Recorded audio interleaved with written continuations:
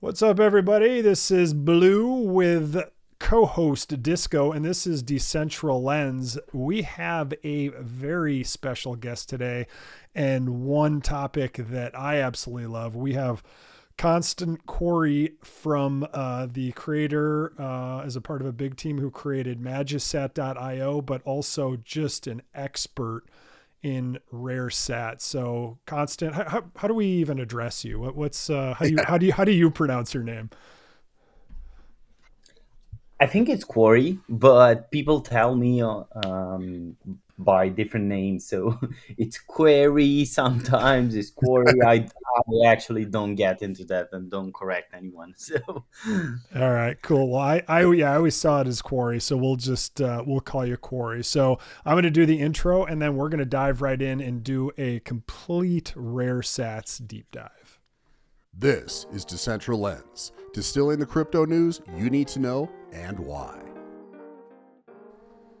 All right, everybody. So Corey, I guess let's start from the beginning. I know you've got some roots in ETH, but how did you get so into rare sats in the first place?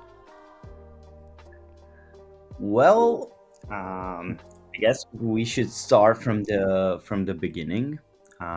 It was 2017, and I've just seen some big news that Bitcoin is pumping, and I considered getting into Bitcoin as an investor, and so I did. Fast forward a couple of years, I was running my development shop in Romania, and I discovered more about Ethereum. I discovered that you can do smart contracts, that you can do some really neat stuff, and that Solidity is a Turing complete programming language. So I trained myself first on Solidity. I started writing some smart contracts for fun, watched a lot of tutorials, and then I started to train my crew on Solidity, and we started getting some Web3 projects. Then, over the next, I'd say, 2 years, we completely shifted to Web3, and we worked on a lot of nice projects. In 2021 is when I met Trevor. Trevor was creating this software for alerts on NFTs, which still goes on today, Ninja Alerts. And we were working at something called Metascraper, which gave you instantly the rarities of NFTs after they got revealed. And so that was our first contact with NFTs as builders. And then, obviously, as you all know, the market went down and pretty much died off after 2021. And then one day, I received a call from one of my associates telling me that Bitcoin NFTs are now a thing, and shared the Ordinals handbook with me. This was, I think, February 2023, when Ordinals was still in its inception and people were trading on spreadsheets. Yep. So we, sorry about, sorry, I got a call. Um, It's so funny. We all yeah, have iPhones. I'm like, look at my phone, like, damn it, I thought I muted Like it's me. it. yeah, no, it's linked to my Mac, unfortunately.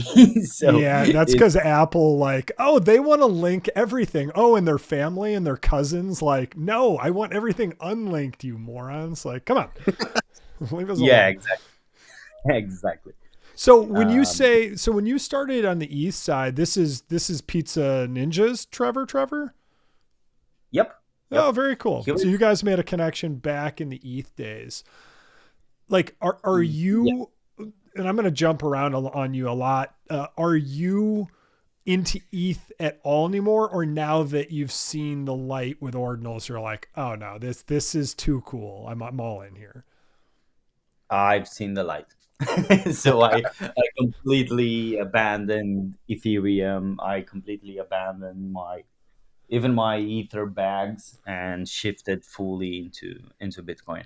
I believe that Ethereum lost its competitive advantage on all fronts, and it's something like a hybrid between Solana and Bitcoin, and tries to be a jack of all trades. But yeah, I don't see big perspectives for Ethereum, so I'd rather go into Solana than Ethereum at this point.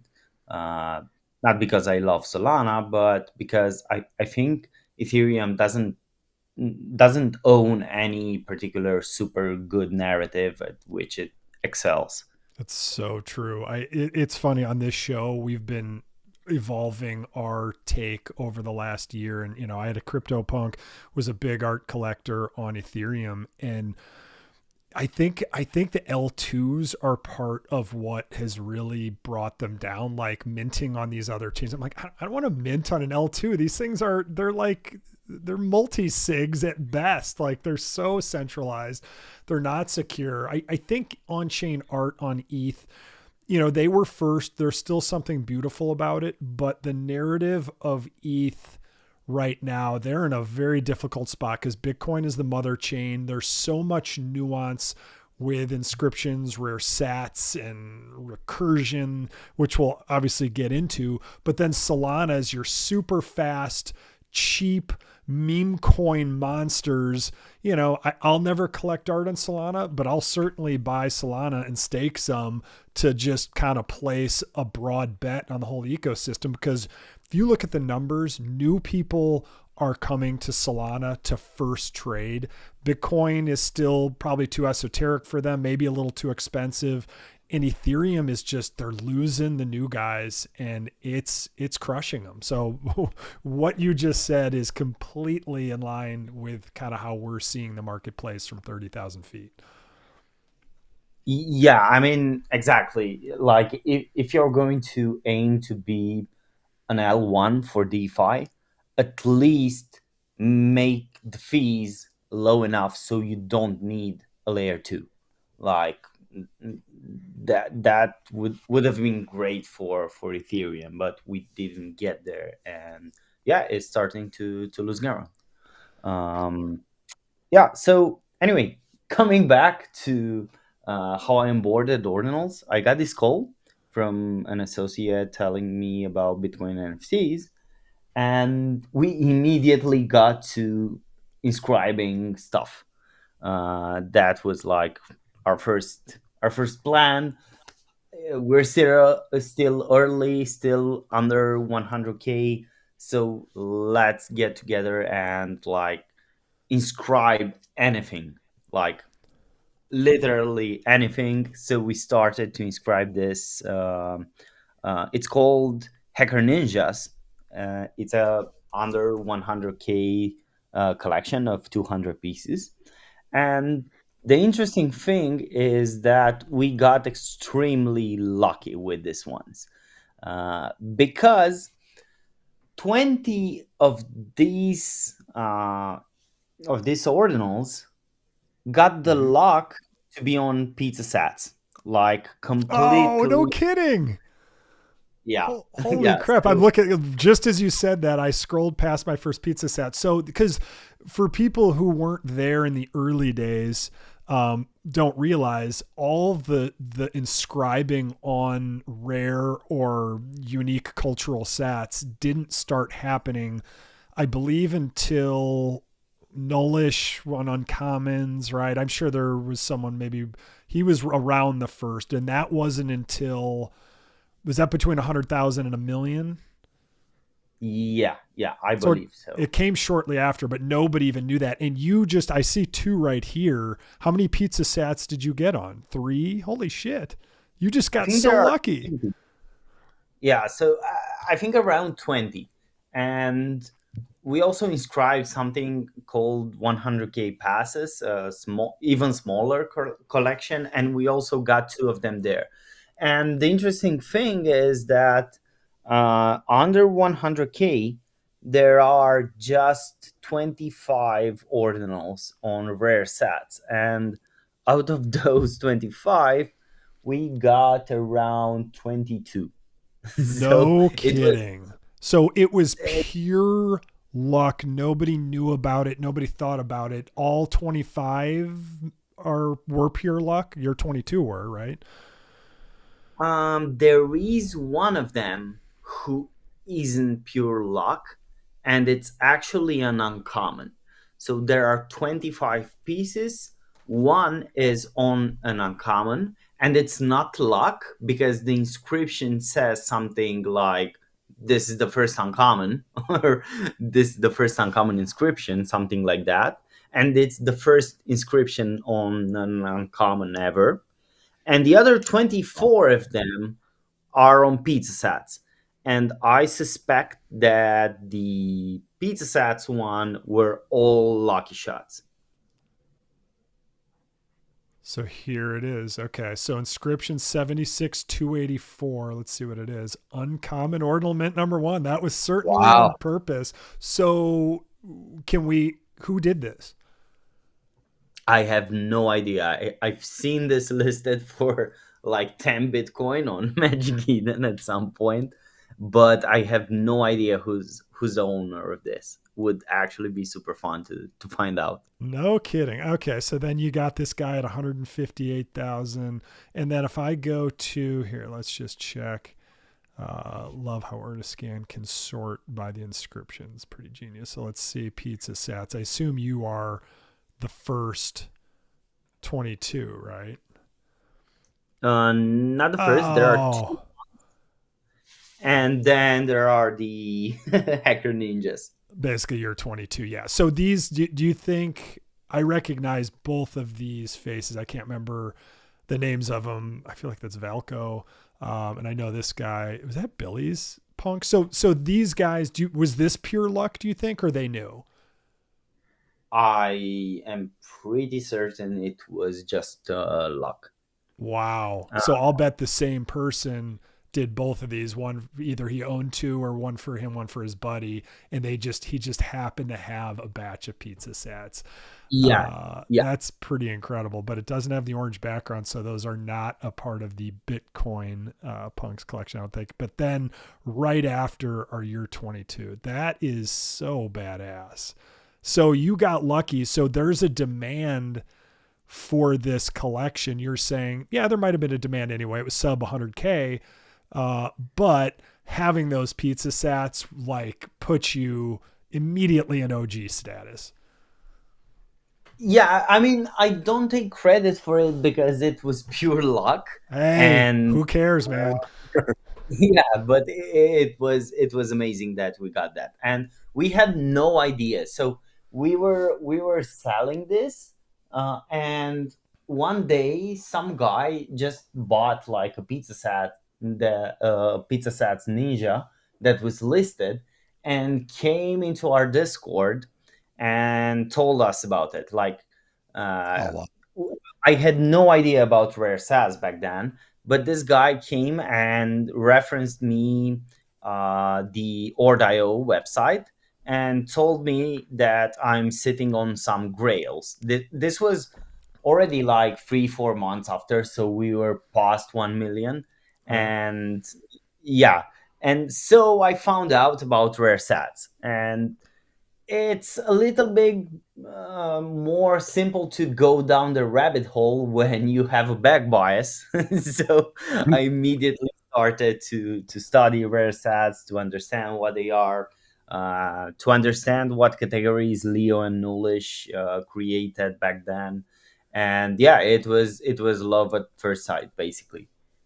Got it. And you Go ahead, and Whiskey. in your before that, when you were on the Ethereum side coming up, like you were already kind of focused on rarity, and then you get this kind of, kind of fall into this with just a great stroke of luck.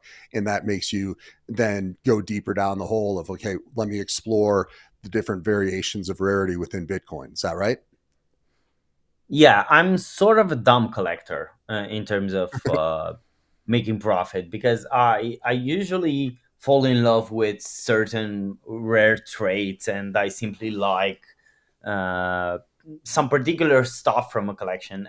And from the trading standpoint, it's much more healthier to like buy the floor, because the floor is so much more liquid. And yeah, I'm a bad trader, definitely, because Dude, I fall with these traits.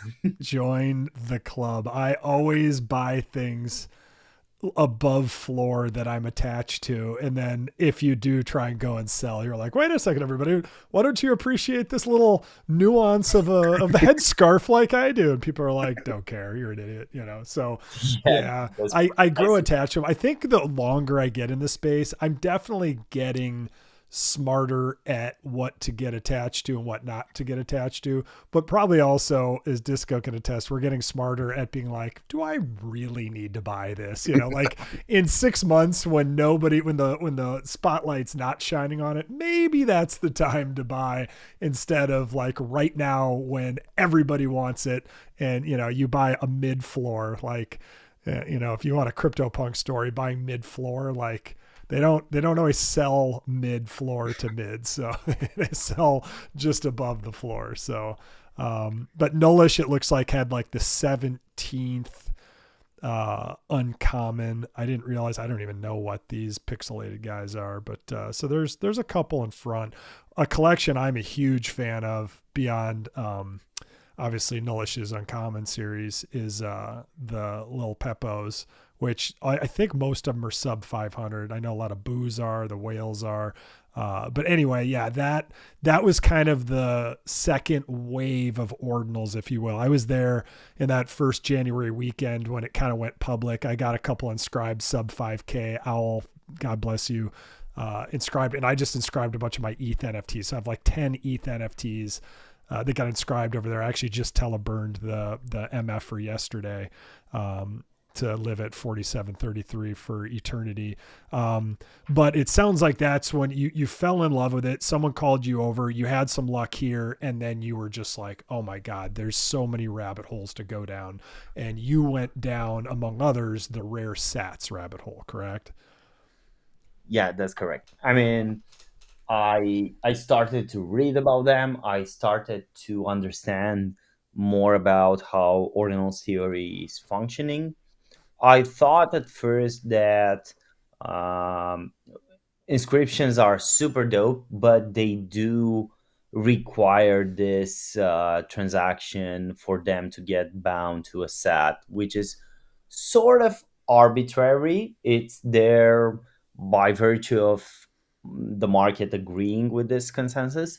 But always felt like rare SATs require one less consensus to exist, and because of that they're much more native assets to Bitcoin.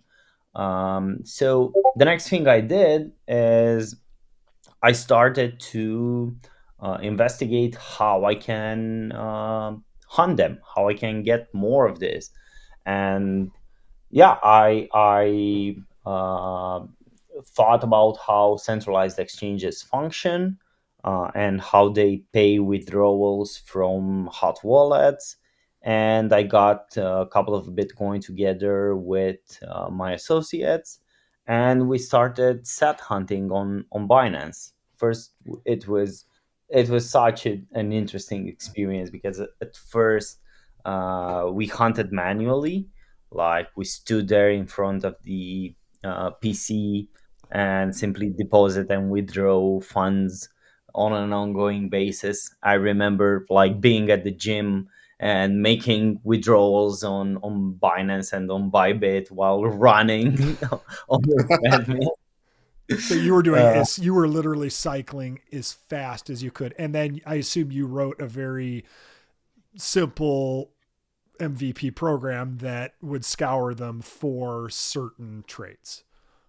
yes, yes. And But to be honest, the most fun I've had in ages was when hunting manually, because each time after each withdrawal, when the block was confirmed, you had that dopamine hit when you went to like setting and scan the address and found out that there's an uncommon in your address.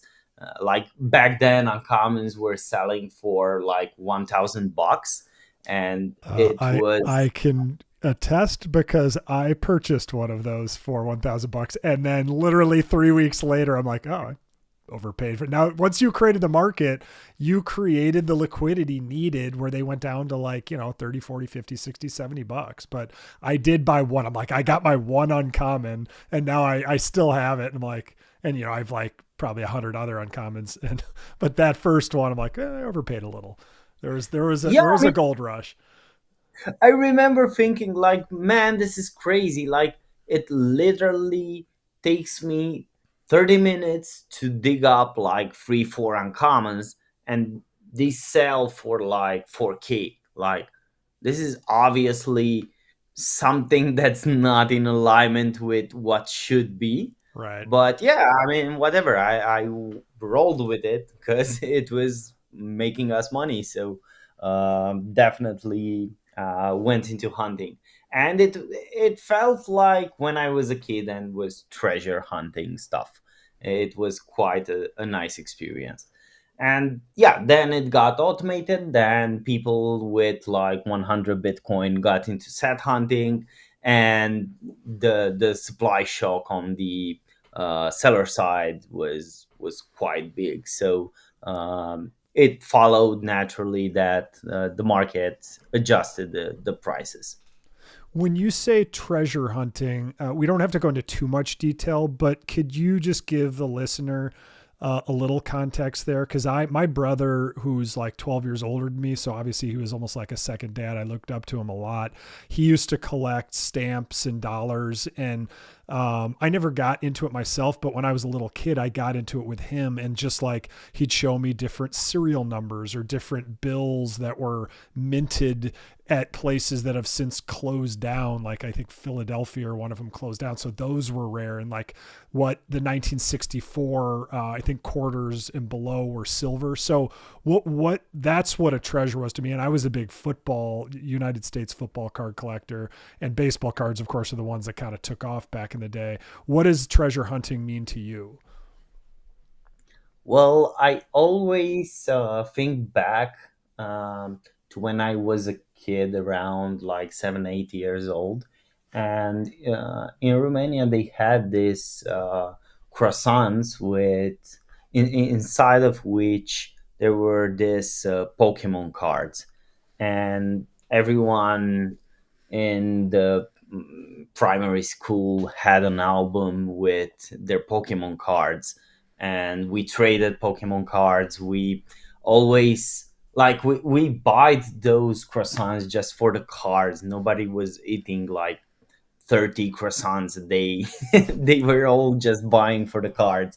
And it was the same feeling like when I was 7, 8 years old, and I opened a croissant and I saw like a Pokemon card that I was missing, or a Pokemon card that traded well back in the day. So it really was combined a little bit with some nostalgia. And after we automated it, uh, part of the magic disappeared, I'd say, because you weren't doing the job yourself. You Mm-hmm. weren't discovering what you found after a withdrawal yourself. You just went there end of week or end of day and realized, okay, I got 10 more uncommons. Let's do something with them. And that's not as fun as to open each croissant yourself and see if you got a Pokemon card, basically. Oh, that's a really good Um, I analogy. just I just wanted to say to everybody who's listening or watching, if you do have questions, you can go into the feed and ask, and go into the comment section, and we can see those. So I encourage you, if you have any questions that you want to to get addressed, to go in there and interact. And we'll be watching that and monitoring it as well. And of course, if you want to retweet, like, or anything, that would be much appreciated. Yeah, very good point. So you automated it, that it kicked out the kid in you and brought in the man, the capitalist in you, and you started really automating this whole process, and then you started building Magisat. What motivated you and the team to build that? We had a lot of uncommons and no place to sell them. So I figured that it wasn't the case just for us. It was the case for many more hunters in the market, and people were actually buying these things. And there was a problem on the buyer side as well, because you probably knew one two hunters, and if those one two hunters want to sell you an uncommon for $2,000 or something like that, you basically had nowhere else to go. And that was not going to be long lived, because, like, it doesn't make sense when a hunter is selling with 500 to buy for 2,000 just because you don't have access to people that actually do that. And most likely hunters didn't see each other's prices as well, so every one of them was pricing according to, like, their own opinion of what value these uncommons and rare sats hold.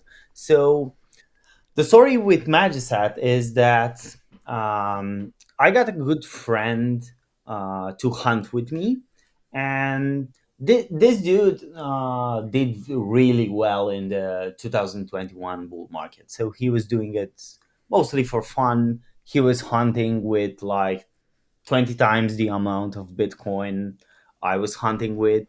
And Not at fair. some You point, have too many Pokemon decks.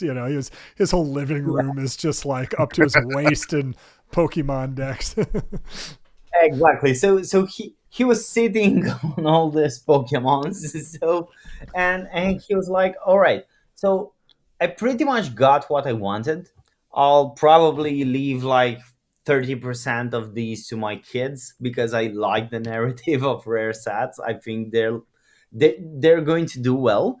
But yeah, like, I want to get some of those fees back. So how do I sell this? Right. And I was like, all right, you can go onto this Discord and ask around. It was Gans's Discord, Rare Sat Society's Discord, and ask around if somebody wants some rare sats and state your supplies and then OTC them.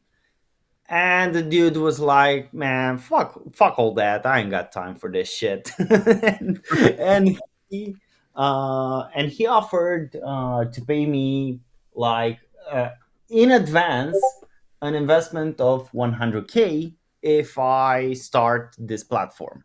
Like, before anything was created, he said, like, "Bro, obviously this is a good idea. I see that there are people in Discord, they are buying, they are selling rare sats. There's no place to go. I am super okay to invest in Magisat from, like, the stage of just the idea. I know you have your team and you can make it happen. So yeah, let me know if you're down to start it." And yeah, I was down because I felt the real need of the market to have a place for rare sats where they can buy and sell them and stuff like that. So that's basically how we started Magisat.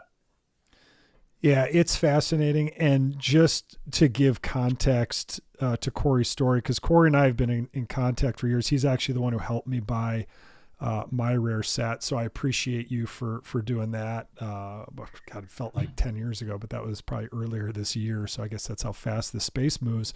But I basically am one of those people. I'm probably not a big whale like Gans, but I've been in search for a rare sat for a while to build something on.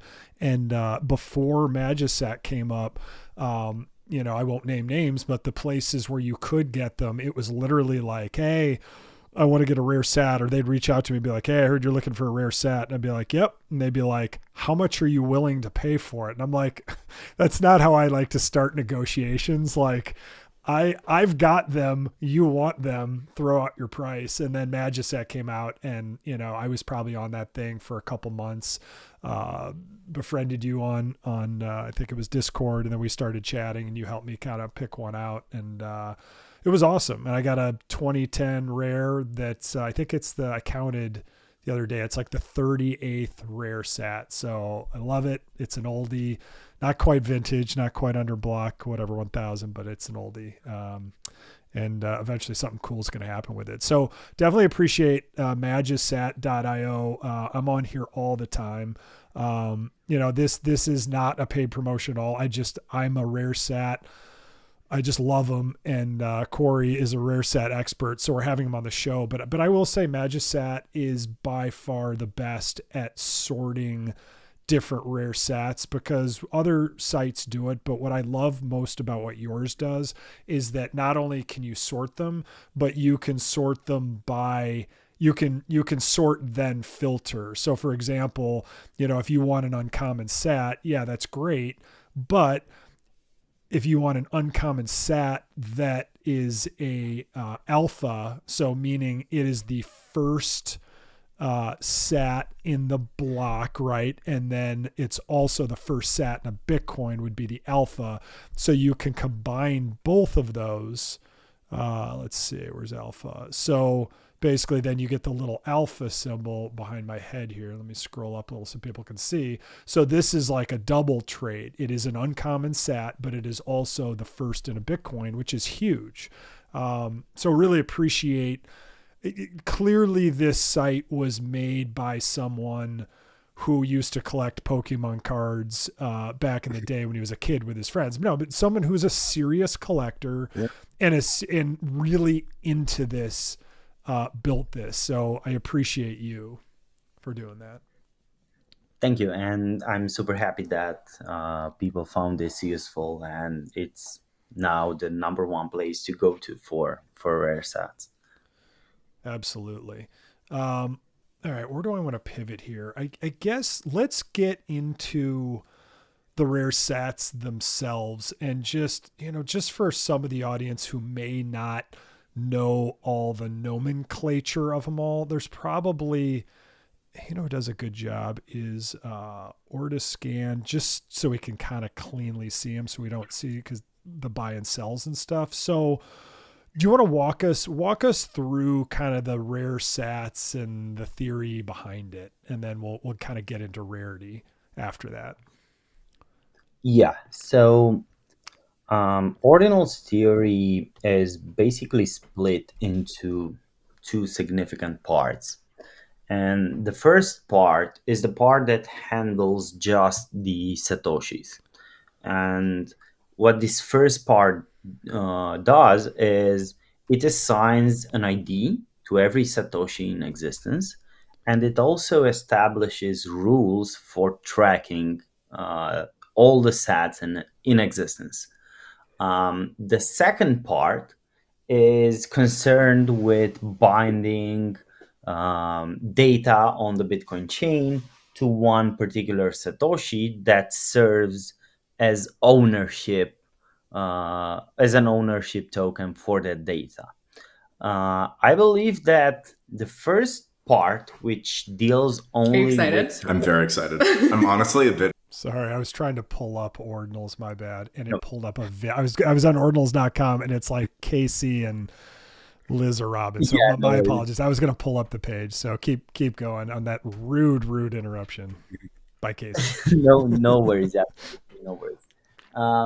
So the first part, it seems to me that the first part requires less consensus from the market. And I believe it's the case that Ordinals theory was actually invented at least one more time before Casey did it. Not the full Ordinals theory, but the sat tracking part of the Ordinals theory.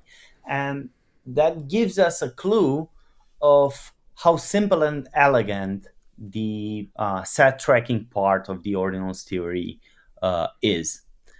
And so the first part establishes IDs and tracking rules for the sats. So having this part enables us to see where a Satoshi is, where a Satoshi has been since the beginning of its minting, basically. Right. And just because of that fact, we already get some categories of rare sats because we can track back satoshis to when they were involved in famous transactions, for example, like satoshis that were involved in the first Bitcoin transaction ever.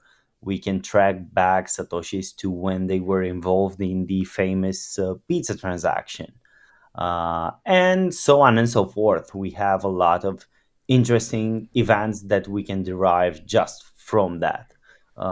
We also can look at the Bitcoin blocks and see if any particular Satoshi is on any interesting position in the block. And thus we get uncommon Satoshis, which are the first sat of each block.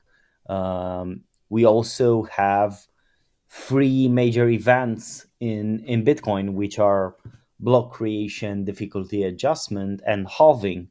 And each of those events can create a very special Satoshi. And that's the Road Armor Rarity, the first classification of special Satoshis that Casey thought of. He did this exercise and thought only about the Bitcoin network as an isolated thing. He didn't look at the external world. And just on the Bitcoin network, you have these free events. So you can use those free events to create Satoshis that are special in the Bitcoin network, even if we don't know anything about the external world. Right. So that's exactly what he did with Ordinals theory, postulating these categories of rare satoshis. Got it. So we have total supply, common sats, and just so everybody knows, there are 100 billion sats in a Bitcoin. Million. It's 100 million. Yes. Got it. So there are there's 21 million Bitcoin, obviously. There's 2.1 quadrillion common sats. There are, so quadrillion, that's after trillion, billion, or billion, trillion, quadrillion. So it's a lot. Uncommons, there are 6,929,999 uncommons. And again, that is the first sat in each block, correct? Correct. And the crazy thing is that as time goes on, block sizes get smaller. Obviously, right now our block is 3.25 Bitcoin reward, correct? So the first sat of each one of those is an uncommon, but as that number goes down to 21, the year 2142, the number of Bitcoin mined literally goes down insane amounts. I love this post from Cryptor that it basically shows from the Genesis. So each halving epoch has 2010 blocks, right? And the first reward block, obviously, for the first epoch was 50 Bitcoin. Then from 2012 to 2016, it went to 25. Then from 2016, it went to 12.5, 6.25. And now we just entered the fourth epoch where it's 3.125 Bitcoin. And the reason I bring that up that's interesting is because now the number of Bitcoin mined per block is not a whole number.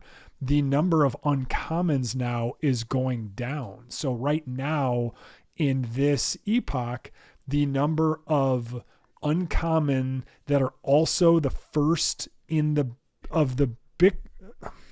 that are also alphas, the first sat in the Bitcoin as well as the block, is 1 out of every 4. The first 2 blocks or epochs, it was all of them. Then it was 1 out of every 2 from 2016 to 2020. Then it was 1 out of 4? Maybe we're on 1 out of 8 now. So whatever. Yeah, it is 1 out of 8, 1.25. Yeah, we're 1 out of 8. Yeah. Yeah. So it was 1 out of 4. Now it's 1 out of 8. So I love this post by Cryptor because it shows us like I said, when you combine these rare categories together with uncommon and alpha, the majority of them have already been made. He's doing black uncommons here, but the black uncommon is just the last sat in every block. So a black omega is the last sat in every Bitcoin. The number is the same, right? So black uncommons, 6.9 million, just like uncommon, 6.9 million. But once you go to omega uncommons or alpha uncommons, you go about 10% of that to 630,000. But look how many are produced each year. It starts at 210,000 per epoch, and now we're already at only 13,000, and by 2056 there's only 205, and by 2088 when Bitcoin's being mined at like 0.0000596 per block, you get 0. Like at some point the numbers are so weird they don't get to the full alpha uncommon. So a little bit of, no pun intended, alpha out there for you folks.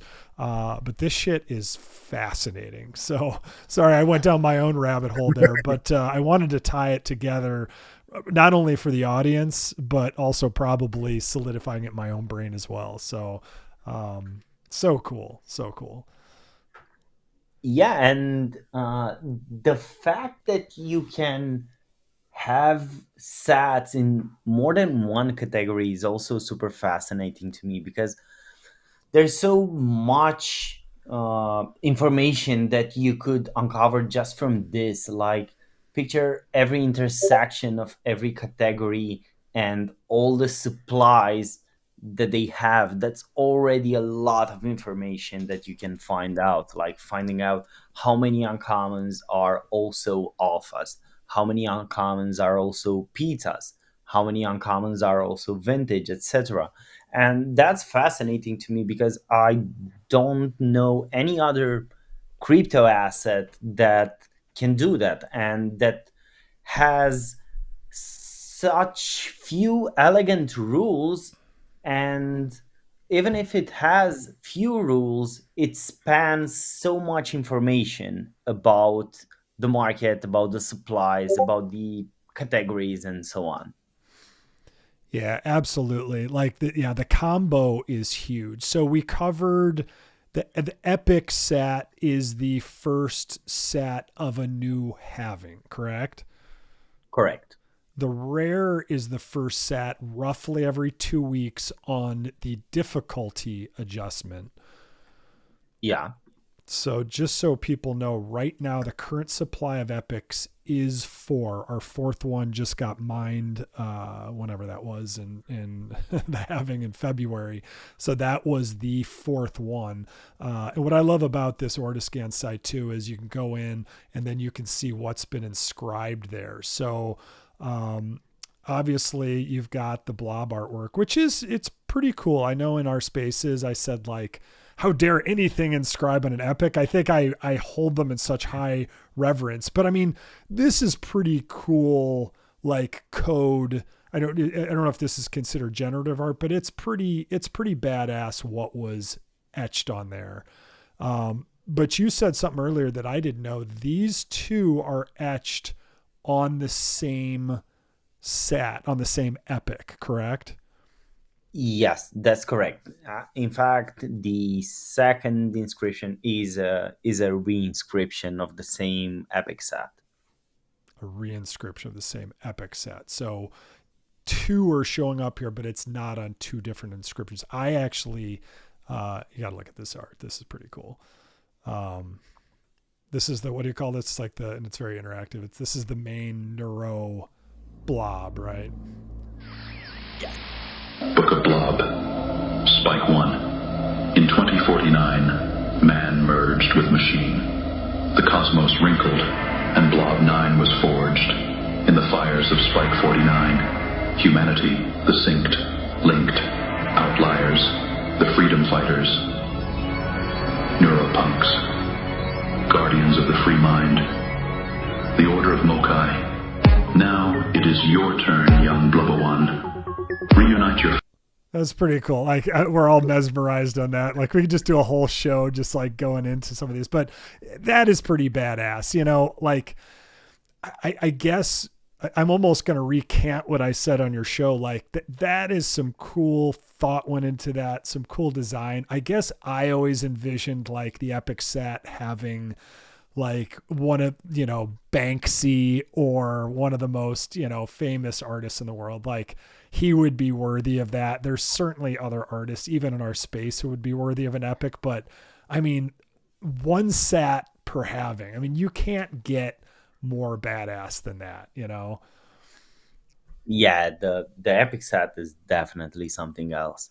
And the story with the inscription, because I was part of the group that purchased the Epic Set, and the story is that after we purchased it, by some freaking miracle, another Epic Set was sequestered, and that played into our fear of missing out, and we abandoned more grandiose plans of going after great artists, getting in touch with Sotheby so they can bring us like the super dope artists. Maybe the initial plan was maybe pass it from one great artist to another so they can inscribe their own testament to the Epic Set and so on. But time screwed us over, and the fact that the second set was sequestered made us FOMO a little bit. So we thought of the dopest possible inscription and we made it ourselves. And by the way, did you find out it was sequestered through, because I know on your website, I love the data. So here in Epic Sats, you've got circulating supply, total supply will ever be 27, which is fascinating. There will be 27 havenings, right? But right here it says sequestered 1. But you're saying you saw somehow the second one sequestered while you were negotiating. So it almost created like, oh shit, we've got to be first on this. The halving is going to be huge. Because remember, people have to remember too, when the halving came, we thought we were all going to be like, not only generational rich when we were all runes billionaires, but we would just take over the world and you know, everybody would bow to our runes golden riches. And that didn't really happen. There was a bit of a halftime now, but how did you know the other one was sequestered? I think we've seen an announcement from Leonidas, who probably, I don't know if somebody reached out to him with this or simply was very careful and attentive to the market, but he tweeted that another set was sequestered, and that's what clicked for us. Like, fuck, we got to do something. We got to be first on this. So we got to work. It was like continuous brainstorming and nonstop work for a couple of days, and then the inscription happened. So we have no idea who has sequestered the other one. We only know from Leonidas right now, who has a very big audience, obviously. We only know from his comment that it has been sequestered. I would love to know, but no, we have no clue. Like, the guy didn't say a thing. He just got sequestered, and like, that's all we know. Could you, this is a little in the weeds, because if someone did sequester putting the Epic Sat, like, could programmatically it be sniffed out where, oh, this Epic is now it wasn't the first in this batch of Bitcoin. Now it is, thus sequestering and prepping it for inscription. Is that even possible or no? Because you can break those things out without kind of broadcasting it openly on the blockchain. Are you asking if it's possible to detect, or how the algorithm is applied to detect whether it's sequestered or not? Or did I get the question wrong? Yeah, I'm just curious if programmatically it can be like, so you almost, it's almost like your spy tools, you know what I mean? Like who, not who, but if it got sequestered and pushed to the front of a batch of Bitcoin, you know what I mean? Because when you sequester, you're putting the alpha or the rare or whatever in the first, as the first sat in that, I'm using shitty words here, but in that pile of Bitcoin that you have when you sequester them. So I'm curious if that can actually be seen. Yes, yes. In general, you aren't required to put it at offset zero. That was a more incipient thing in ordinals, because if the SAT wasn't at offset zero in a UTXO, then you would get a cursed inscription. Right. But that's not the case anymore. Like if you inscribe on a SAT on offset 10 or 20, you won't get a cursed inscription now. So it's going to be valid, and you don't have to go through the trouble of putting it at offset zero. It's enough just to break it down and put it on a small UTXO. So usually now when you're sequestering sats, you don't really care about the offset that much. You do care that it's in a small UTXO. Right. Well, everybody, we may have a little bit of alpha here on this show, dare I say, but the ZK himself just posted, I wonder who sequestered it. So, and he's got a couple symbols there. So I assume sat hunters are also good detectives, but to me, that seems like a breadcrumb and a clue. So ZK, appreciate you watching, and yeah, I'm curious too, and I'd love to know. And if anyone wants to come out and come forward, come on the show, we'll talk about it, and we'll bring Quary right back. And we've got a lot of questions for you, like what are you going to do with it? And can we get in the allow list? How's that? So super cool. So let's get back to just. I mean, wait a minute. It's just so fucking cool if ZK has the epic. Like if he has the second epic. All right, let's go there, people. Let's go there. That would be, and to me, it would be pretty fitting. Like if OMB, so what collection would it be? Like Diamond Eyes, or I mean, you could do some badass shit using the epic as the parent on that one. My God. Yeah, yeah. I mean, I really hope it's the case, because I believe that.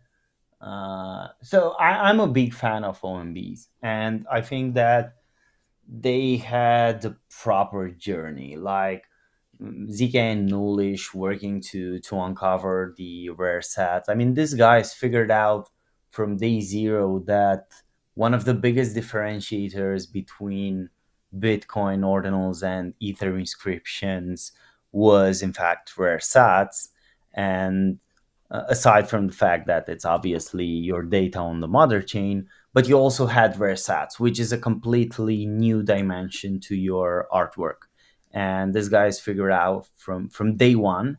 And in my opinion, I think OMB is revolving more or less around rare satoshis, and they some would say that both OMB and rare sats got a lot of attention from each other, because I suspect that OMB onboarded a lot of people into rare sats, and it also became famous because of leveraging rare sats. So it would be so fitting and so nice. I would be so at peace if the epic sat was with ZK. I have to 100% agree with that. When the Orange Eyes came out, Disco and I literally did a show of video spaces, and we just scrolled. I don't even know if there was even much conversation. We just scrolled through them. I think it's so cool, the different colored eyes. And like you said, ZK is such an innovator in the space since the beginning. And you know what I love about him too is he said, you know, before he was a founder and innovator, he was a collector. So he's really into this stuff. He's really into rare sats. And as the collection evolves, you know, from what are we at? 102 reds, you know, 100 blues into 102 reds. So we'll go to blues first. You got the, so that was on block 78, right? And there's 100 of those. And then I believe collection 2 was red. I might be reversing those. I think red were first, Red and were there are first, only okay. some old sats. I'm not sure from which block, but they were on some special sats, I suspect. Then blue came on sats from block 78, the Hall Finney sats, and Yep. then the green came on block 9 450X. Yep. Yeah, the reds I think were not. So that was, you know, and it kind of goes into your, I'm just looking at it here. And ZK, if you're still listening, let us know. But I'm pretty sure the reds are not on a rare sat. Yeah, it's on a common. But any big OMB holders or OGs, please correct us if we're wrong there. But I know once blue came, that's where, yes, it was on 78. Mined by Hal Finney, and the first block mined by someone other than Satoshi, right? So you got the blues, and the blues, I believe they're all sub-million, right? I believe they still all are sub-million. Yep. Let's see. Did he get? Yep. All blues are sub 1 million as well. And then you got green, which was block 9. And I believe they're all block 9 450s, which I know you're a huge fan of, correct? Yes, that's correct. Tell me why. Like, why to block 9 450s? You've had the rare sats cabal in Discord for a while, and now you're doing spaces. The space you did last week, for those of you who weren't there, go back and listen to it, because you're gonna do them every week now, right? Or a couple of times a month. Yeah. I'll do a regular thing out of those spaces for sure. Yeah, so go back, for anybody who missed the first one, listen to that one, because he sets the table kind of for the whole rare sats discussion and moving forward. It was just an awesome spaces last week. So why are you so bullish block 9 450s? And explain, you know, I forget, we keep talking this lingo. Explain what that even means. So block 9 450X is quite of a difficult name, but what they actually are is Satoshis from the first Bitcoin to ever hit circulation. So basically, block 9 450X are actual sats from the first Bitcoin to ever move and ever be attainable by the market. So this is one of the definition itself is one of the big reasons I'm super bullish on these sats, because they have, like, as far as history goes, I don't think you can ever have a more significant historical value for any other category of rare sats, because this is like first is first. And when it comes to history, the first Bitcoin ever to flow somewhere is definitely special. The reason I'm bullish on block 9 450X is not a single one. I'm bullish on this sats for more reasons than only one. And I have to walk you through my plan with Rare Sas Cabal so I can better explain this. Um, Please.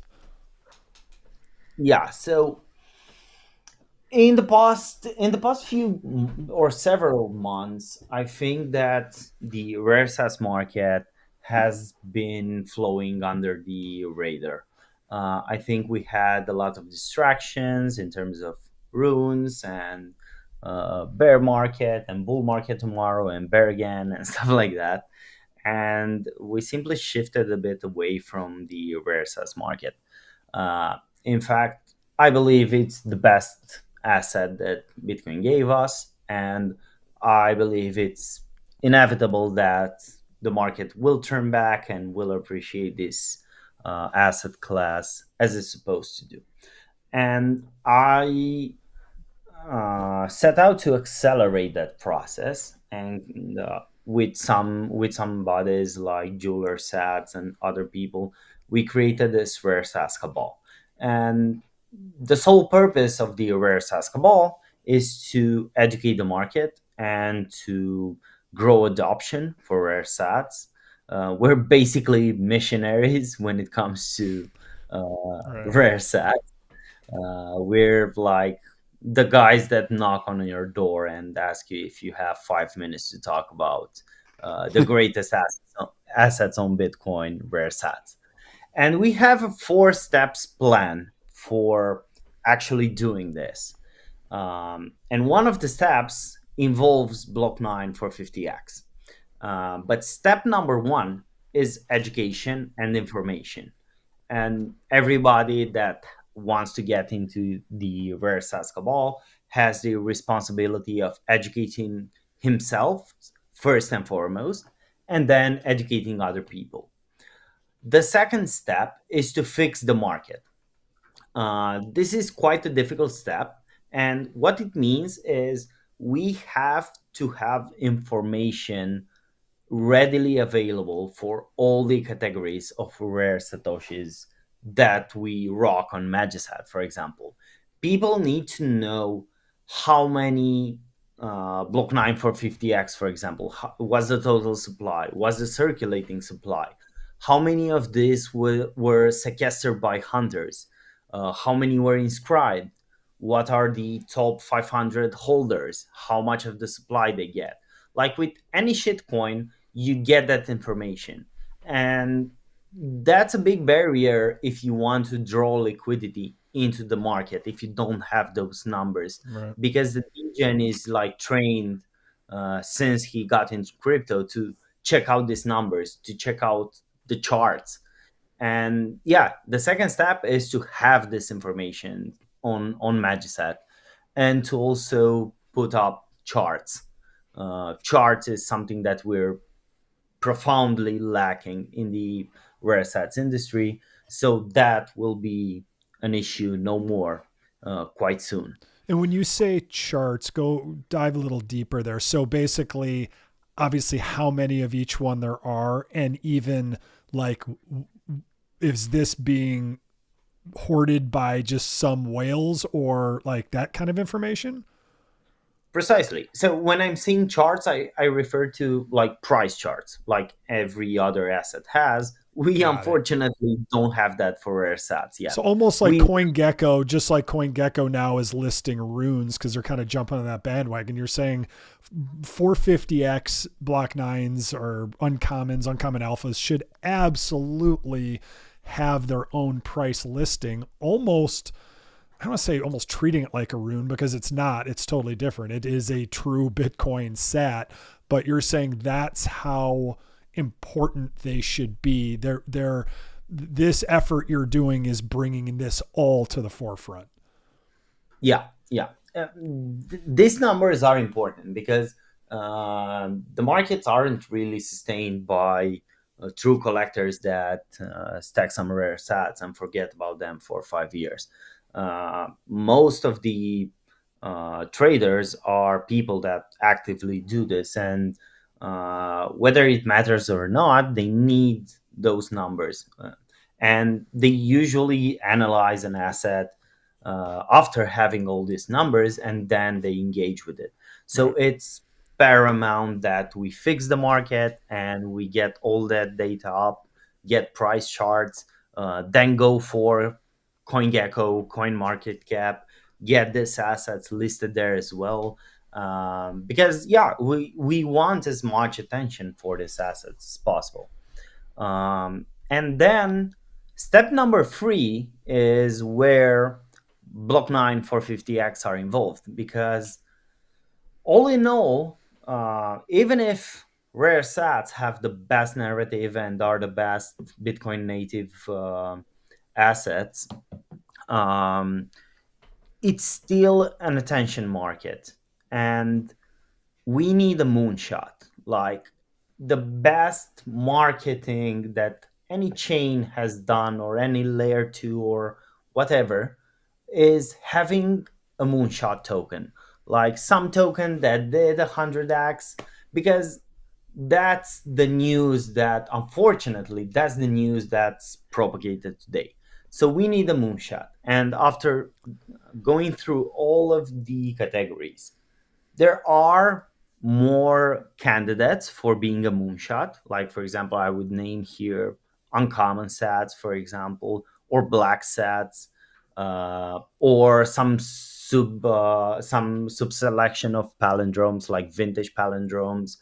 But out of those, I would say block 9 450x is the closest one for standing a good chance of being a moonshot, because one, it has the best narrative, especially when it comes to historical value. Two, it has a supply that's decent and not too large. There are 100 million of them, out of which more than a couple are locked forever in old addresses. Three, there is no more room for hunters to easily get these assets, because I know no checks that still has block 9 450x on their cold wallets or hot wallets. And it's super easy to explain them to someone who's new into rare sats. Like, I could go to some random ATIQ degen from Solana and tell him that, look, bro, these are the first sats ever from the first Bitcoin ever. That's all you need to know about them, and he'd understand the value proposition of those. Whereas if I explain what other categories are, he might need some solid background to understand those. So that's why I'm super bullish on block 9 for 50x. Interest. And yeah, Go ahead. the fourth step, and with this I'll explain basically everything about the reverse Saskaball, is getting liquidity into the market. After we have the moonshot, I believe we can go to Chexes and ask for listings, and or move some liquidity to more highly active traded chains like Solana, for example, or Ether. So your whole theory is that the SAT itself, forget what OMB did so brilliantly, which is an inscription on some sort of rare SAT. You're saying the SAT itself, almost like a meme coin, carries its own intrinsic value. And the head scratching thing there is, it's, whereas runes are this elegant way of KC simplifying, what was BRC20 and all that other stuff into the UTXOs. Now you've got, these are just sats that are worth more to some people than other sats. It's cool, and it's kind of like a little heady and meta, it's neat. Yeah, definitely. I think it's easier to understand the value proposition of rare sats, at least for some people, than it is to understand the value proposition of ordinals, of inscriptions. Like, whenever I go to conferences and I try to pitch ordinals theory to Bitcoin maxes that have nothing to do with this, they get on board with rare satoshis much faster and easier than they get on board with like inscriptions, because they're like they have either PTSD, or they've seen their friends losing a lot of money in 2021 on NFTs, so they tend to stay away from NFTs, or from what resembles NFTs. However, they do understand, and they are able to make the parallel and analogy with real life numismatics when it comes to rare sats. So I'd say for most Bitcoiners, maybe it's easier to get them to understand the value proposition of rare sats than it is to get them to collect inscriptions, for example. Yeah, that's interesting because Bitcoin Magazine, I thought they just did it because I saw Lemon Haze posting on there like, hey, they're getting into this. And you were like, no, dude, they've been into this for like a year. Just out of curiosity, I clicked the links and the buttons, and it was literally like a type form, like form that I filled out my name, which was Fa, and my last name was Q, and then my email was fa@q.com. But because I wanted to see it, and they're like, we'll get back to you with pricing on rare sats. I'm like, fuck you. So, but my point is, Bitcoin Magazine, obviously, what's his name, Rizzo. He's not anti inscriptions and ordinals at all. He's pretty indifferent, and I think they even did a issue a couple months ago on ordinals inscriptions. So I don't think he minds it, but they even got into this. So you're saying this is a way for the maxis. This is a bridge. And, maxis love to not love, we quote unquote art inscription collectors, but you're saying rare sats is totally different and could be a nice step on that bridge. Yep. And it's easier to convince them that rare sats exist, as opposed to convince them that if they hold a certain Satoshi, they have whatever imaginary ownership over an inscription, which is some data on Bitcoin. Like the hardcore ones won't ever buy that some holding some Satoshi will give you ownership over some data on Bitcoin. Like they won't buy that. They won't go for that. But they have a chance of going for collecting this sat, uh, is maybe valuable because it was held by Satoshi. And they will make the same arguments like, bro, rare sats don't exist, they're just a measurement unit. But we have much better arguments for the consensus required for rare sats to exist than for inscriptions or runes to exist. Right, because obviously Bitcoin itself does not, the blockchain itself does not recognize and count the sats, but you're saying ordinals theory and what Casey did, and it sounds like you're saying someone even before him, it's so obvious and pure because there are sats, you can number them, that it is a real thing. And now that people are tracking, it's a natural progression, just like collecting old Roman gold coins or whatever. Yes. I was talking with Riandel yesterday on the Ordinals show about this thing, and both him and I agree that, like, if the Ordinals theory was erased from the collective memory and the software disappeared tomorrow, it's very highly likely that in the next 50 or 100 years, somebody will try to track Satoshis once again, and most likely reach the same rules that we have today for tracking rare sats, which are IDs from 0 to 21 quadrillion and first in, first out tracking when it comes to them being involved in Bitcoin transaction. And the reason for that is a principle called Occam's razor, which states that usually when you have competing explanations, or in this case, consensuses for a particular thing, is the best practice to choose the simplest one. And that's applied in science, for example. And it's also applied here. Like, why would you have another more complicated rule for tracking them? Yeah. I saw you and Bugsy, and I jumped in there too. But there's people out there who think rare sats like it's just conceived by certain people in certain minds. And I guess my argument back, and I love Bugsy, by the way, I love his contrarian takes. Like, we need people like that in the space with all the grifters and the influencers.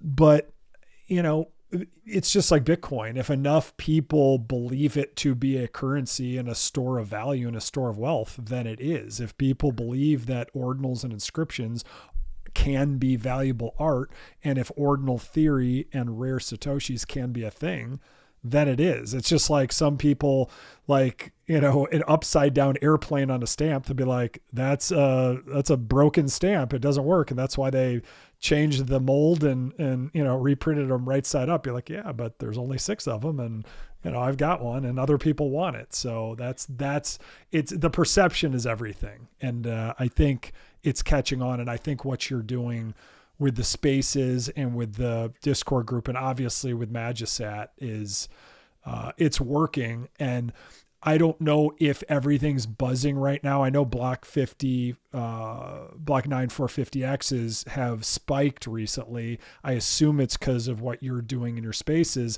but I also feel like it's almost like you hit the zeitgeist and you circle back almost at the right time. Like, it feels like it's bubbling from a lot of different places right now. Yeah, I really hope so. So, and That's the plan. regarding your argument, which is in fact the social argument, like, if enough people agree that Bitcoin has value, it has value. If enough people agree that ordinals are defined by a special transaction that binds them to a sat, that's the way things are. And that's also available for rare sats, and one can make that argument.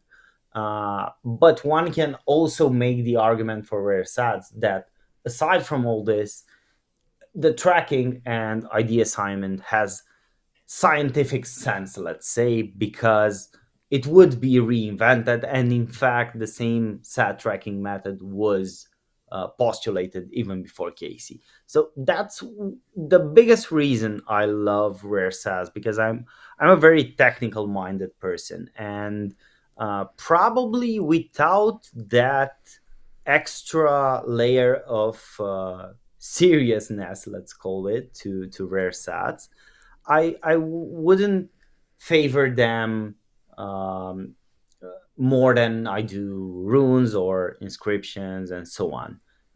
But as it stands, I do take a liking in rare sats that's more profound than runes or BRC20 or whatever asset. And I do think they're the most native asset on the Bitcoin network. Yeah, absolutely. Yeah, I think, I've been absorbing, and it's been a great journey. But I tremendous job, going through your plan, and it looks as if you certainly have the foundation there. And I think that, just as someone who's exploring and learning this, it's like I can't unhear certain things, and now I won't be able to unhear, kind of these different classifications and how it makes sense and how it's technical. And I think that you're going to be, you're going to have a nice road ahead of you, because I do think that there's some element of the purity and the pure kind of native aspect of this whole thing. And one of the things that I think is so fascinating is it doesn't rely on a lot of other factors. So you're not relying on a team to deliver something and people speculating on what that's going to be and when that might happen and what has to come together. This is laid in place and it's there. And it's basically like, once you understand that, it's like almost like a real estate play. Like, you just want to get involved and kind of secure your elements. So it's just, it's remarkable. And I give you mad kudos for what you're doing. Thank you very much. And yeah, I do agree. And I think that, like, if you zoom out and look at rare sats for what they are in fact like assets as old as Bitcoin. And when compared to any other token, you can regard, for example, pizza sats as the first meme coin ever. I mean, nobody's stopping you from believing that they're fungible tokens and they're in fact the first meme coin ever. And I think they would make for wonderful meme coins in the foreseeable future.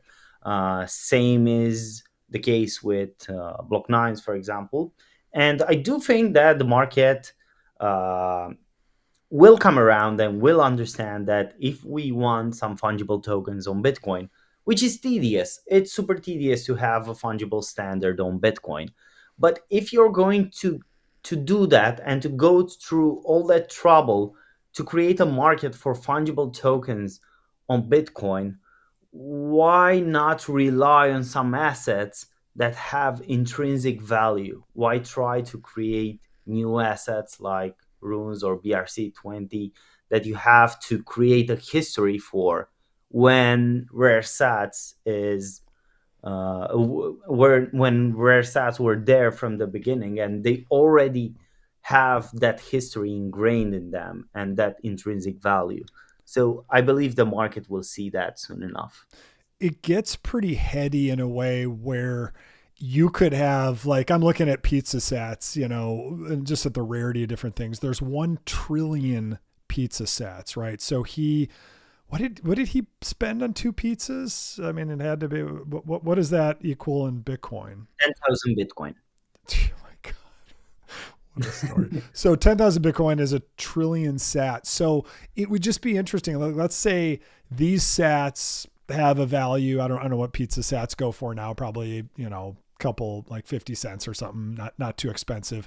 But you almost have these marketplaces where, like, you're selling, you could buy things, and the pizza sats are almost in this weird way to the people who believe in it, like a $5 bill versus the sat, which is a $1 bill. Like it starts to mess with their head, because runes is easier to think about. Even though runes are still on layer 1, they're created separately. The amount you have in trade and stuff goes from, UTXO wallet to UTXO wallet. Whereas the pizza stats, for maxis, is still just an F and sat, but it carries way more value. Like an epic is almost like the infamous United States, when they're like, well, we have an idea, because they're allowed to get out of debt.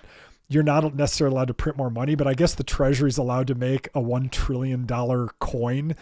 So that was always the talk. They're like, well, we could just make a $1 trillion coin and then we'll put it in the treasury. So it was like a stupid way around it. But your epic sat is almost like your $1 trillion coin, that you could use to buy a cup of coffee. So I'm just mentally wrapping my head around kind of that versus runes, and how you're envisioning the future of rare sats and how they could play a much bigger role, even in unforeseen ways that we don't even know yet. Yes, and yeah, I mean, Blue, you're onto something, because rare sats categories can be sort of this hybrid between holding Bitcoin and speculating on something. Like, for example, pizza sats is a very good example, because um, backing up the pizza sats are 10,000 Bitcoin, which already have immense intrinsic value. And the the interesting thing about this, I would call them a hybrid between a meme coin and Bitcoin. The interesting thing is that you're basically only speculating on the premium of this sats. Like, if you buy 10,000 pizza sats, you first and foremost bought 10,000 sats, Right. which have their own value. And then there's probably a premium of something like zero point 0.1 sats per pizza sat that you pay extra for the pizza sats. But it also forces the degen to hold some damn Bitcoin and to not like spend his retirement funds on shitty meme coins and go straight to zero. So that could be seen as a nice safety mechanism for speculation. Right. Uh, the other side of the spectrum, you got, for example, Block 9 for 50x, which don't have, they have a very small percentage of their value coming from the SAT itself, and the rest of it is whatever the market agrees that these SATs are worth, because the premium for this ones is much higher than for pizza SATs. Right. And just so people know, to give numbers, there are 5 billion block 9 sats, which obviously has 50 Bitcoin in it. But there are only 100 million block 9 450x sats. And just so people know what 450x even refers to, as you can see here, I've got it sorted by the newest or the most current. So this is SAT 4999999. All the 450x means it's the oldest 1/50th sats in those blocks that start with 450. Yes, that's precisely correct.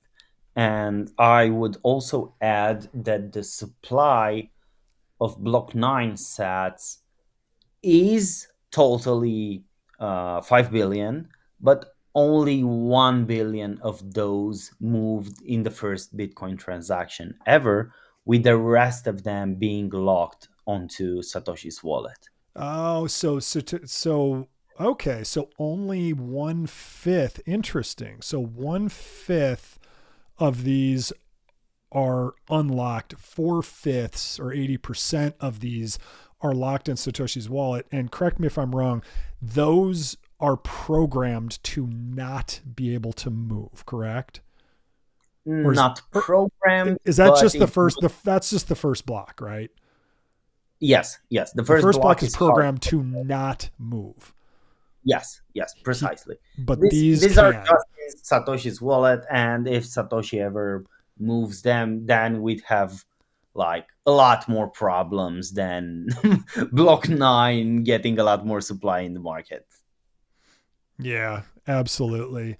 Bruno brings up an interesting comment here, and I'd be curious to get your take. He's saying legacy sats not only uses paper wallets, predate the famous pizza, but these are tied to Casey himself. More than half have never been claimed. Only 17 paper wallets to date. So the for people who don't know, the paper sats, when Casey introduced this around a table to 10, 15 folks or whatever, the concept of ordinals, he had sats on a wallet that he handed out to everybody to get them into inscription. So there are some people who are really into these legacy sats, or sats that were a part of Casey's lore, if you will, before ordinals ever went live back in presumably fall of 2022. Any thoughts, Quary, on legacy sats? I do find them a very interesting category. I think it caters to the degens that got into ordinals, and like, yeah, I mean, it's a big part of our history, of the history of people that possibly have their life changed by ordinals, and legacy sats represent the time when it all started. So I do think that in the future we can see a big appeal for this particular category of sats. Yeah. Legacy sats, I think, it's an interesting concept. I was not around the day, but someone in the space offered me one of the actual when they were on the USB drive or the device or whatever, and I just kind of missed the boat and just missed before he sold his last one. I would not personally buy them individually. I like the take of the legacy sats where it had the piece of paper that Casey handed out. It's got the actual USB drive. Like, I would frame, as a super nerd in this space, I would frame something like that, but individual legacy sats, like, those are, in my opinion, this is just one guy's opinion, those are a little less interesting to me. But the whole thing as a historical part of this, I think is, I agree with you, Quary, is quite fascinating. Yep. I also have another interesting category that surfaced not long ago, and got the rare sats people very interested. and those are the Trump sats.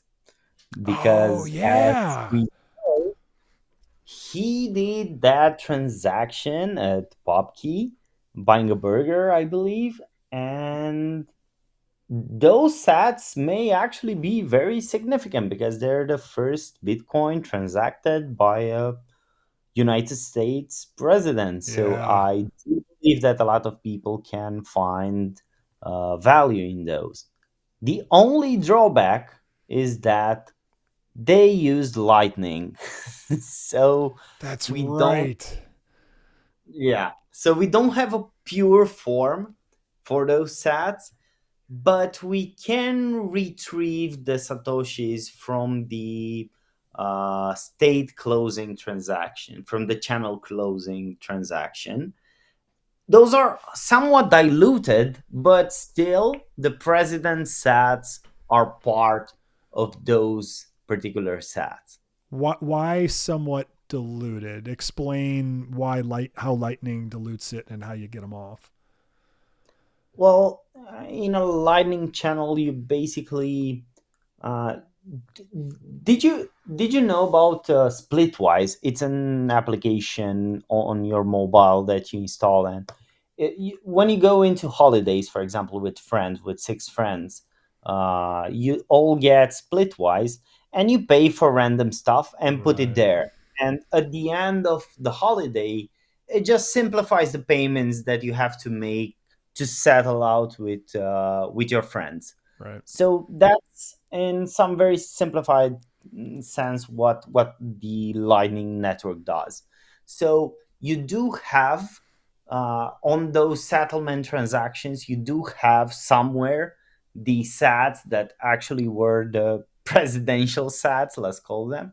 But you don't know which of those are. So instead of, let's say, five sats that Uh, were the presidents, you have 20 sats, and you don't know which of those 20 sats are the five that the president used to pay for the burger. So that's why I'm saying they're somewhat diluted. Interesting. So there's no way to then go back. You if you knew the president's wallet and what they sent into Lightning, couldn't you then figure it out? Or yeah, but then you'd have to have like X-ray vision into exactly which sats they were. I suspect you can do that because Lightning adds another layer of privacy on top of Bitcoin. You said So you cannot probably do that. So you're saying it's you an estimation, it's a guess. you would have to know some very insane amount of information for that, which nobody will probably know at any point in the future. How much would do we know how much that transaction was for? It was, I suspect, a couple $100. I don't know why, but Oh, I maybe he think bought rounds for everybody or bought burgers for Yeah. everybody or something. yeah, probably he bought burgers for for everybody there. I'm not sure, but I think I saw on Popkey's Twitter that it was around $800. Oh shit, 800. Okay, so hold on, I'm just Yeah, doing okay. So 800 I, bucks, I, 0.0130 Bitcoin. Disco knows I love to do math on this show in real time, which is probably the dumbest, most dangerous thing to do, especially on paper. So 0.0130 Bitcoin is what did you say, Quary? How many? It's 100 million sats per Bitcoin. yes. Okay, let me add some zeros, do some old school fifth grade math, move the decimal over. 100 billion would be 9. 1, 2, 3, 4, 5, 6, 7, 8, 9. Okay, there's my decimal. And our number is hold on, let me get my commas in there so I can read it right.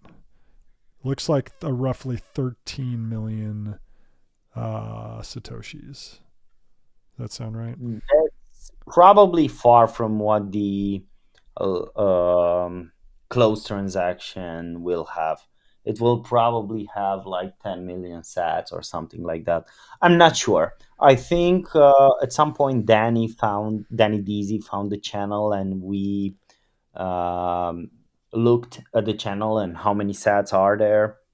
At that point, I'm not sure if it closed already, if it's closing or whatever. I am in touch with the guys from PropKey, and I am trying to make them either auction the sats or sell them to me. And if I do get my hands on those sats, I really want to make like to use them for propagating news and stuff about rare sats market. I want to make like this free feast for everyone that comes on Magisat. They can grab one and only one per address of these sats for free, and like spread the Trump sats to everyone in the market.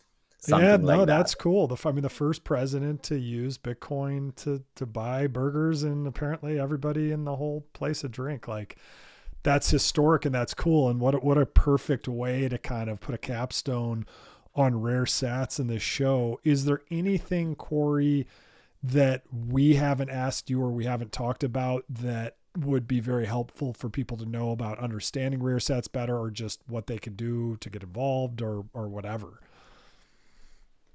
Um, I believe we covered most of the interesting subjects that revolve around rare stats. I'm happy that we had this show and this discussion.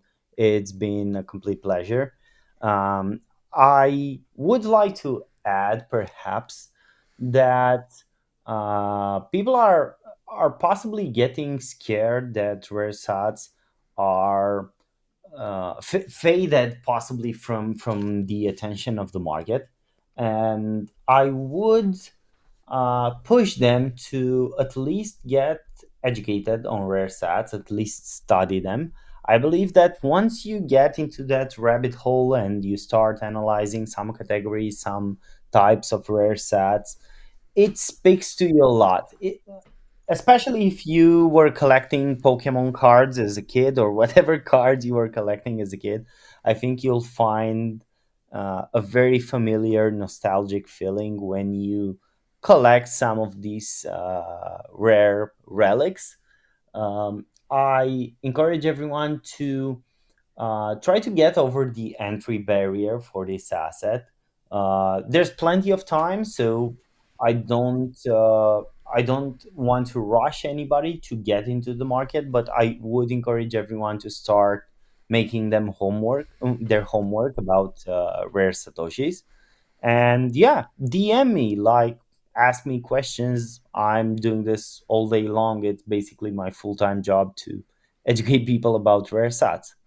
Yeah, and I can confirm, everybody, when I reached out about the rare sat, that's when Core and I became pals, and that's when we really started talking about stuff, and I learned a ton from him, and he was very patient. Like, I love the soft, how do I say, the soft sell. It's like, just learn about it, educate yourself. It's way cooler than you could possibly ever imagine. But, you're like, don't FOMO, but generally walk in this direction and do your research, and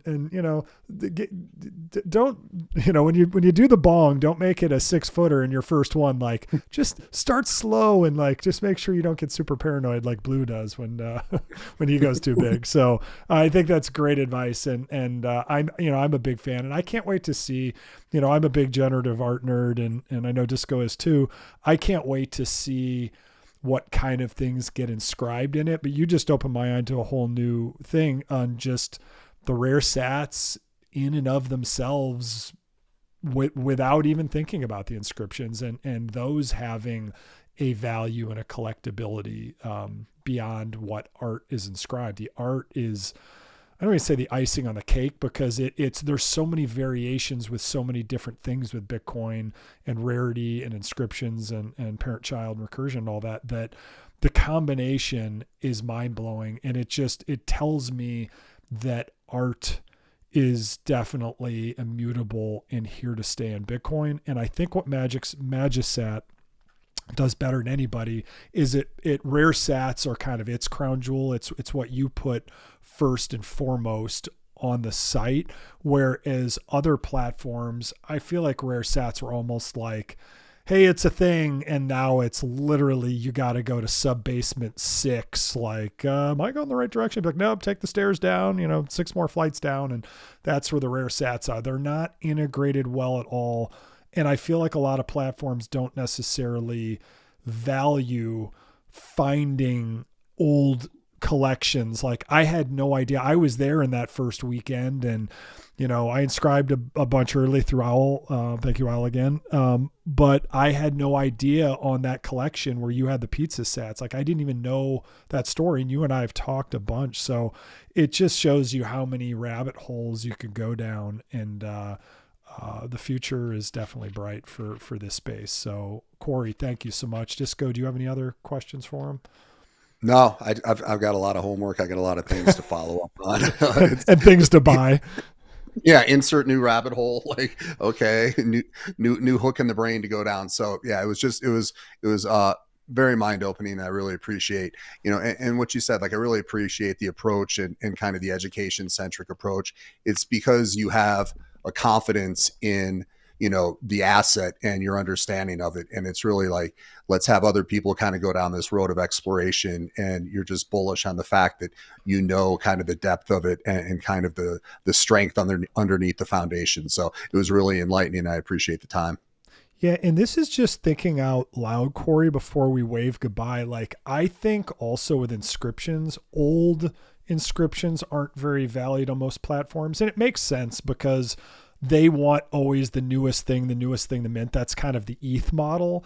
But with the Bitcoin model, as I saw kind of with other OG collectors over the last year and a half, old collections are like kind of pushed aside for the shiny new one. And I feel like Magisat could be that perfect place to be that curation where you can see, I know you've added ordinals to your website too, but the place that, I know in our ordinal punks chats, which, those are all sub 1,000, they're all 3-digit collection, all 100 of them.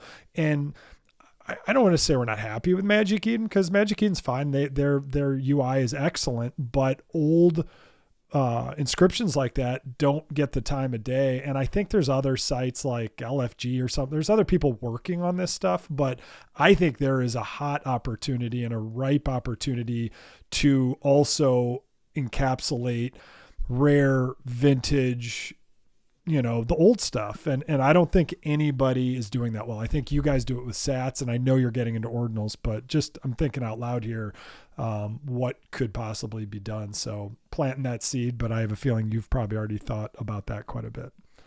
We're actually very aligned on this, Blue, because if you Umbury tweets from last year from my profile, like, I've had and maintained just 2 bull theses about what we should collect on Bitcoin.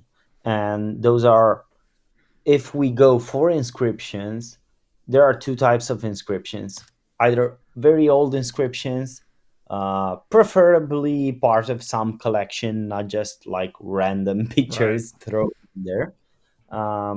So this is like one of the main bull assets for me. And the other ones are either old inscriptions on rare sats or inscriptions on some super niche and dope rare sats. This is on the inscription part, and the other one is obviously rare sats.